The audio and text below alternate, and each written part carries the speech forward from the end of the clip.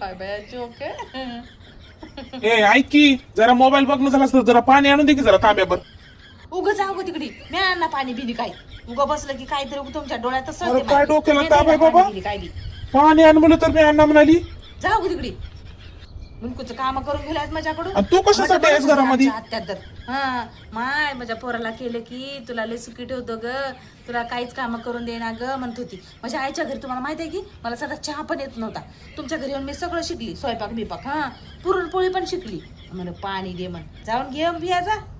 आता तुझ्या बापालाच फोन करतो आता. हा हे मामा हे शिकेला की जाऊन तुला? सांगा जा बाबाला सांगा, नाही तर बाबाच्या बाबाला सांगा माझ्या. हा माझ्या बाबा पण माझ्याकडूनच बोलते. हा माझ्या अरे बाबाच्या का? मनातच नव्हतं. हा अरे तुमच्या काय घरी डोक्याला ताप झालाय बाबा. आमची कधी आई तांब्यावर हरवली. पाणी देत नाही ना.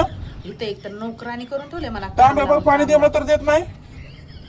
आणि काम करायली मग काय काम करायली की आत्याच काय काम ऐकते की मस्त एक बी काम ऐकणार. काय घेऊन तांब्याने पाणी ए बाई गबस मी जाऊन पितो गबस. मग जा नक्की.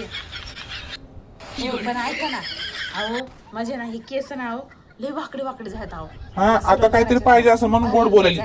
कळलं मला. 500 रुपये देता का हो? हा घरीच कर सरळ. का नाही होत? तू सरळ माझं अख्खं खानदान सरळ करायला बसलीस तू. आणि केस काय चीज आहे तुला? घरीच कर. अख्खा खानदान सरळ केलाय माझा तू. एक माणूस घरातलं माझ्या मजाक कोणी ऐकना झाले आणि म्हणे केस सरळ करायचे आहेत म्हणून. तोंड सरळ कर पहिलं. मित्र कोण कोण व्हिडिओ बघले आहेत ना कोणी मामाची पोरगी कर नका बघा. अहो पाणी बी देत नाही माहित आहे काय. हा काय बोललात तरी डोक्याला ताप आहे.